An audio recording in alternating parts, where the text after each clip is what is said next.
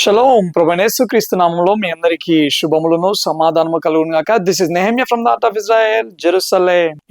యెరూషలేము నుండి ఈ యొక్క యుద్ధాన్ని గురించిన చాలా ప్రాముఖ్యమైన అప్డేట్స్ ని ఈ వీడియోలో మీరు వినబోతూ ఉన్నారు. ఇజ్రాయెల్ ఎప్పుడో వార్నింగ్ ఇచ్చినా గానీ అయ్యో ఆ వార్నింగ్ ని అప్పుడే పట్టించుకోమైతిమి అనేసి యూరప్ దేశాలు ఇప్పుడు తలపట్టుకుని బాధపడుతూ ఉన్నాయి. ఆ సంగతులు ఏంటి అనేది మనం ఈ వీడియోలో చూడబోతా ఉంటున్నాము. అంతేకాదు సౌదీ దేశము యుద్ధంలో అడుగు పెట్టబోతూ ఉన్నది అన్న వార్తలు ఇక్కడ స్పష్టంగా వినబడుతూ ఉన్నాయి. అంతేకాదు మొన్న డిమోనా అన్న ప్రాంతంలో జరిగిన బాలిస్టిక్ మిసైల్ దాడిలో దగ్గరగా 200 మంది గాయపడ్డారు కదా. ఆ సంఘటనలో ఒక అద్భుతము చోటు చేసుకున్నది. అది కూడా మనం ఈ వీడియోలో పరిశీలించబోతా ఉంటున్నాము. ఈ సమాచారము చాలా ప్రాముఖ్యమైనది కాబట్టి ఎవ్వరు కూడా స్కిప్ చేయకుండా వీడియోను చివరి వరకు చూడవలసిందిగా మనవి చేస్తా ఉంటున్నాను. అంతేకాదు మన వీక్షకులకు, రెగ్యులర్ గా మన ఛానల్ ను చూస్తూ ఉన్న వీక్షకులకు నేను చేసే రిక్వెస్ట్ ఏంటి అని అంటే, మన తెలుగు రాష్ట్రాలలో యుద్ధాన్ని గూర్చి విపరీతమైన అపోహలు, తప్పుడు వార్తలు స్ప్రెడ్ అవుతూ ఉన్న నేపథ్యంలో యెరూషలేము నుండి ఉన్నట్టుగా సమాచారాన్ని తెలుసుకోవడానికి తప్పకుండా మన ఛానల్ ను మీకు తెలిసిన ప్రతి ఒక్కరికి షేర్ చేయవలసిందిగా మనవి చేస్తూ ఉన్నాను. తద్వారా అసలు యెరూషలేములో ఏం జరుగుతుంది, ఇజ్రాయెల్ దేశంలో ఏం జరుగుతుంది అన్న సత్యాన్ని తెలుసుకొని దానికి తగ్గట్టుగా వారందరూ ప్రార్థన చేయడానికి వీలుగా ఉంటుంది. కాబట్టి మీ వంతు పాత్ర మీరు పోషించవలసిందిగా మీకు మనవి చేస్తూ ఉన్నాను.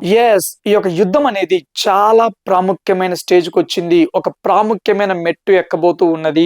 సౌదీ అలాగే యుఏఈ యుద్ధంలోకి అడుగు పెట్టే అవకాశాలే ఎక్కువగా ఉన్నాయి. ఈ యుద్ధం స్టార్ట్ అవ్వడానికంటే ముందుగా ఈ యొక్క సౌదీ ప్రిన్స్ ఎవరైతే ఉన్నారో ఆయన ట్రంప్ గారిని కలవడానికి వెళ్ళడం జరిగింది. ట్రంప్ గారితోటి కొన్ని ప్రాముఖ్యమైన డీల్స్ ని కుదుర్చుకోవడం జరిగింది. అయితే అదే సమయంలో ఇరాన్ మీద అటాక్ చేయడానికి సౌదీ ప్రిన్స్ తన సంపూర్ణ మద్దతును ట్రంప్ గారికి తెలియజేశారు.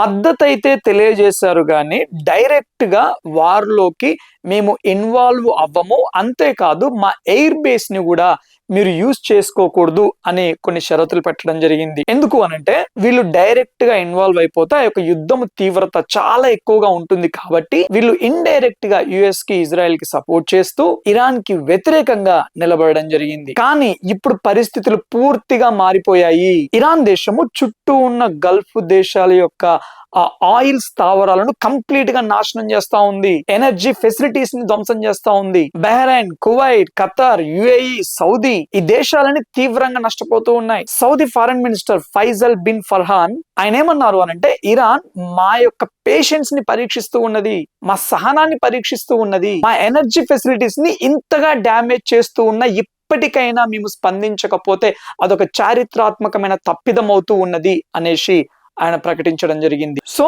యుద్ధము ఈ స్థాయికి చేరిన తరుణంలో సౌదీ అలాగే యుఏఈ కూడా డైరెక్ట్ గా యుద్ధ రంగంలోకి దిగడానికి సిద్ధపడుతూ ఉన్నట్టుగా సమాచారం అందుతూ ఉన్నది. అంతేకాదు యుద్ధం ప్రారంభంలో సౌదీ ఈ యొక్క ఎయిర్ బేసెస్ లో అమెరికాకి పర్మిషన్ ఇవ్వలేదు. సౌదీలో ఉన్న ఎయిర్ బేసెస్ ని వాడుకోవడానికి అమెరికాకి అనుమతి ఇవ్వలేదు. కానీ ఇప్పుడు ఆ ఎయిర్ బేసెస్ ని వాడుకోవడానికి కంప్లీట్ గా అమెరికాకి పర్మిషన్ ఇవ్వడం జరిగింది. దయచేసి గమనించండి, ఈ యొక్క సౌదీ, యుఏఈ మిగతా దేశాలు కూడా అరబ్ దేశాలే కదా, ముస్లిం దేశాలే కదా, అవి కూడా తీవ్రమైన మతపరమైన దేశాలే కదా.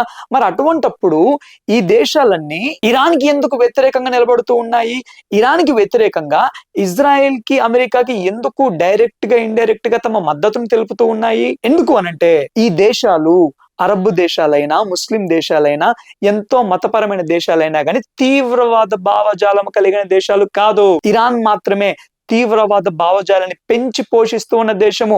ఒకవైపు హౌతీలని, ఒకవైపు హమాస్ ని, ఒకవైపు హెజ్బొల్లాని, ఈ తీవ్రవాద సంస్థలను పెంచి పోషిస్తూ కంప్లీట్ గా మిడిల్ ఈస్ట్ ని మొత్తము తమ స్వాధీనంలోకి తీసుకోవాలి అని పన్నాగాలు పన్నుతా ఉంది. ఎప్పటి నుండో వాటన్నిటిని గమనిస్తూ ఉన్న ఈ యొక్క మిగతా గల్ఫ్ దేశాలు ఏ రోజైనా గాని ఇరాన్ ద్వారా మనకు తీవ్ర నష్టం ఏర్పడుతూ ఉన్నది, తీవ్ర ప్రమాదం ఉన్నది అని పసిగట్టి వారు ఇప్పుడు ఇరాన్ కి వ్యతిరేకంగా ఈ యుద్ధానికి పూర్తి మద్దతును అమెరికాకు, ఇజ్రాయెల్ తెలియజేస్తూ ఉన్నారు. ఈ యుద్ధాన్ని బట్టి ఇరాన్ లో ఉన్న ప్రజలు ఎంతో సంతోషిస్తూ ఉన్నారు. మిడిల్ ఈస్ట్ లో ఉన్న మిగతా గల్ఫ్ దేశాలు కూడా కంప్లీట్ గా ఇరాన్ యొక్క మిలిటరీ బేసెస్ ని ధ్వంసం చేయాలి, ఆ మిలిటరీ సామర్థ్యాన్ని ధ్వంసం చేయాలి అనేసి వారు కూడా జాయిన్ అవ్వబోతా ఉంటుంటే మన దేశంలో ఉన్న కొంతమందికి అసలు యుద్ధం ఎందుకు వస్తూ ఉన్నది ఏంటి అన్న క్లారిటీ లేదు. ఎందుకు అనంటే మతము వేరు, తీవ్రవాద భావజాలము వేరు అన్న మినిమం కామన్ సెన్స్ కూడా వారు కలిగి లేకుండా ఉండడం అనేది చాలా బాధాకరం. మరొకటి ఏంటి అని అంటే, ఇరాన్ దేశం యొక్క అనేక బిజినెస్లు, అనేక స్థావరాలు సౌదీలో ఉన్నాయి. కొన్ని మిలియన్ డాలర్లకు సంబంధించిన బిజినెస్లు సౌదీలో ఉన్నాయి. ఇప్పుడు సౌదీ ఏం చేస్తా ఉందంటే ఆ బిజినెస్లు అన్నిటినీ క్లోజ్ చేపిస్తూ ఉన్నది. ఆ ఇరాన్ యొక్క ఫైనాన్షియల్, ఆర్థిక అసెట్స్ అన్నిటినీ క్లోజ్ చేపిస్తూ ఉన్నది. సో వీటన్నిటిని బట్టి చూస్తూ ఉంటుంటే, పరిశీలిస్తూ ఉంటుంటే ఈ యుద్ధము ఇంకా నెక్స్ట్ లెవెల్ కి ఎస్కలేట్ అయ్యే అవకాశాలే ఎక్కువగా కనబడుతూ ఉన్నాయి. యాక్చువల్ గా నిన్న మొన్న ఏ వార్తలు వినబడ్డాయి అని అంటే, ట్రంప్ గారి దగ్గరికి ఇరాన్ యొక్క అధికారులు వెళ్లి వాళ్ళు డీల్ సెట్ చేయడానికి వెళ్లారు. ఆ యొక్క మంతనాలన్నీ మంచి సత్ఫలితాన్ని ఇచ్చాయి. ఇంకా డీల్ కుదిరే అవకాశమే ఎక్కువగా ఉన్నది. ఈ యొక్క ఇజ్రాయెల్ అమెరికా డిమాండ్ల మేరకే ఈ డీల్ కుదిరే అవకాశం ఉన్నది అన్న వార్తలు వెలువడ్డాయి. ఇరాన్ మాత్రం ఆ వార్తలను కంప్లీట్ గా కొట్టివేసింది. ఇక అటు తర్వాత సౌదీ కూడా యుద్ధ రంగంలోకి ప్రవేశించబోతూ ఉన్నది అన్న వార్త బయటికి రావడం జరిగింది. సో మరొక ప్రాముఖ్యమైన విషయం ఏమిటి అని అంటే, యూరప్ దేశాలు ఇప్పుడు ఎంతో బాధపడుతూ ఉన్నాయి, పశ్చాత్తాపడుతూ ఉన్నాయి. ఎందుకు అనంటే, ఈ యొక్క యూరప్ దేశాలకు, ప్రపంచానికి మొత్తానికి ఇజ్రాయెల్ దేశము మొసాద్ ఎప్పుడో చెప్పింది, ఇరాన్ అతి ప్రమాదకరమైన బాలిస్టిక్ మిసైల్స్ ని తయారు చేస్తూ ఉన్నది. 2000 కిలోమీటర్ల రేంజ్ కాదు, 4000 కంటే పైన కిలోమీటర్ల రేంజ్ కలిగిన అతి ప్రమాదకరమైన బాలిస్టిక్ మిసైల్స్ ని ఇరాన్ తయారు చేస్తూ ఉన్నది అనేసి ప్రపంచ దేశాలను మొసాద్ ఎప్పటి నుండో అప్రమత్తం చేస్తూ వస్తూ ఉన్నది, హెచ్చరిస్తూ వచ్చింది. కానీ ఈ యొక్క యూరప్ దేశాలు ఏం చేసినాయనంటే, ఇజ్రాయెల్ అలాగే చెప్పిద్ది, వాళ్ళ స్వార్థం కొరకు, వాళ్ళ ఓన్ ఇంట్రెస్ట్ కొరకు అలాగే చెబుతుందిలే అనేసి ఆ హెచ్చరికలను బేఖాతరు చేశారు. కానీ ఇప్పుడు ఏమైందో తెలుసా, యూరప్ లో డీగో గేర్సియా అన్న ప్రాంతంలో యూకే యుఎస్ఏ మిలిటరీ బేస్ ఉంది. ఆ మిలిటరీ బేస్ ని టార్గెట్ గా చేస్తూ ఇరాన్ ఒక బాలిస్టిక్ మిసైల్స్ ని విడుదల చేయడం జరిగింది. సక్సెస్ఫుల్ గా 4000 కిలోమీటర్ల వరకు అది ట్రావెల్ చేసింది.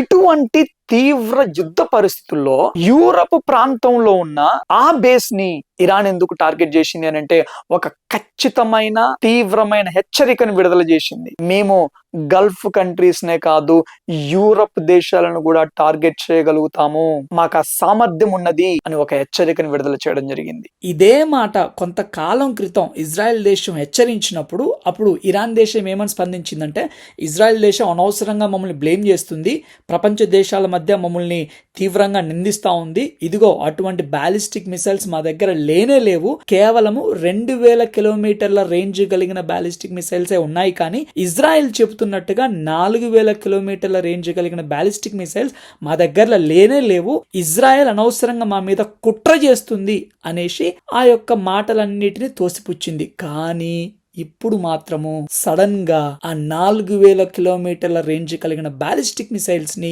యూరోప్ మీదకి వేయడం జరిగింది. ఒక్కసారిగా యూరోప్ దేశాలని బిత్తరిపోయాయి. ఎందుకు అనంటే, ఆ మిసైల్స్ ని ఇంటర్సెప్ట్ చేయడానికి దానికి తగిన స్ట్రాంగ్ డిఫెన్స్ సిస్టమ్ వాళ్ళ దగ్గర లేదు.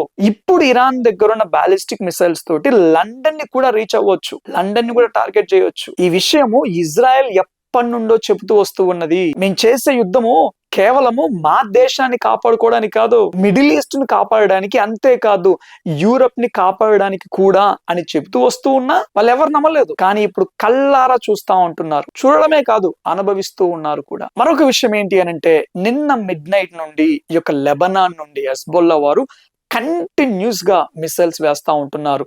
6 బ్యారేజెస్ ఆఫ్ మిసైల్స్ వేశారు. ఒక్కొక్క బ్యారేజ్ లో ఒక 15, 20, 30 అలా ఉంటాయి మిసైల్స్ ఒక్క బ్యారేజ్ లో.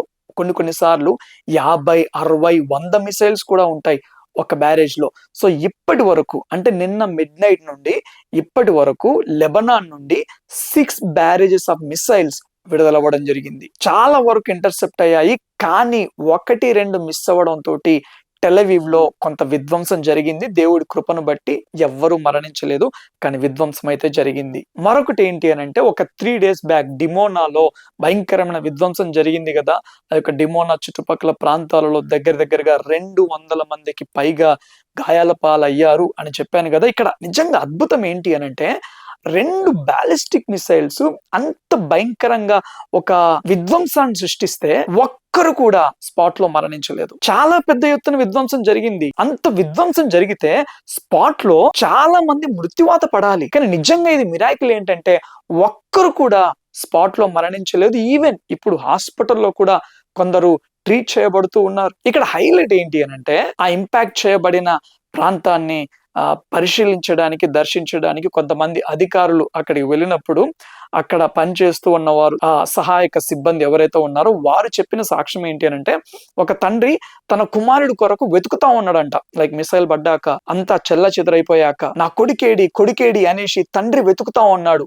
మిగతా కుటుంబం అంతా ఉంది, ఒక కొడుకు మిస్ అయిపోయాడు. అతని కోసం వెతుకుతా ఉంటుంటే సహాయక సిబ్బంది ఒక అబ్బాయిని చూశారంట. ఆ అబ్బాయి ఆ యొక్క డెబ్రి నుండి, ఆ యొక్క శిథిలాలలో నుండి అలా పైకి వచ్చి మొత్తం దులుపుకొని వస్తా ఉంటున్నాడు అంట, చిన్న గాయాలతోటి. 3వ ఫ్లోర్ నుండి పడ్డాడంట ఆ అబ్బాయి. వాళ్ళ ఇల్లు ఉన్నది 3rd ఫ్లోర్ లో.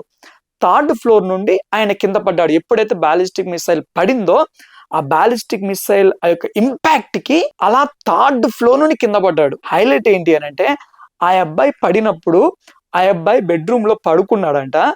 ఆ అబ్బాయితో పాటు బెడ్ కూడా లేచి వచ్చింది, బెడ్ కింద పడ్డది, ఈ అబ్బాయి ఆ బెడ్ మీద పడ్డాడు. అలా దేవుడు కృపను బట్టి చిన్న గాయాలతోటి ఆ అబ్బాయి బయటికి రావడం జరిగింది. దయచేసి గమనించండి, ఇజ్రాయెల్ దేశము ఈ యొక్క పస్కా పండుగకు సిద్ధపడుతూ ఉన్నది.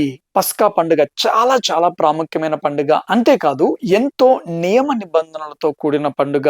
ఈ యొక్క యూదులు పస్కా సమయంలో చాలా నిష్ఠతో కూడిన నియమ నిబంధనలను పాటిస్తూ ఉంటారు. సో దయచేసి ఈ యొక్క పస్కా పండుగ నిమిత్తం ప్రతి ఒక్కరూ ప్రార్థన చేయవలసిందిగా, ఈ యొక్క పస్కా సమయంలో పరిశుద్ధాత్మ దేవుడు అనేక మంది యూదుల మనోనేత్రాలను తెరుచులాగున మనం అందరము ప్రార్థన చేద్దాం. దయచేసి గమనించండి, చాలా మంది మరి యూదులు మీ యేసుక్రీస్తు ప్రభువుని సిలువ వేశారు కదా, మీరెలా సపోర్ట్ చేస్తా ఉంటున్నారు అనేసి తెలియక మాట్లాడుతూ ఉంటున్నారు. చాలా మందికి పాపం ఈ యొక్క తీవ్రవాదానికి మతానికి తేడా తెలీదు. అంతేకాదు యూదులు ఏంటి, యూదులు ఎందుకు యేసుక్రీస్తుని సిలువ వేశారు, క్రైస్తవులు యూదుల పక్షాన ఎందుకు నిలబడుతూ ఉన్నారు అన్న అవగాహన వాళ్ళకి లేదు.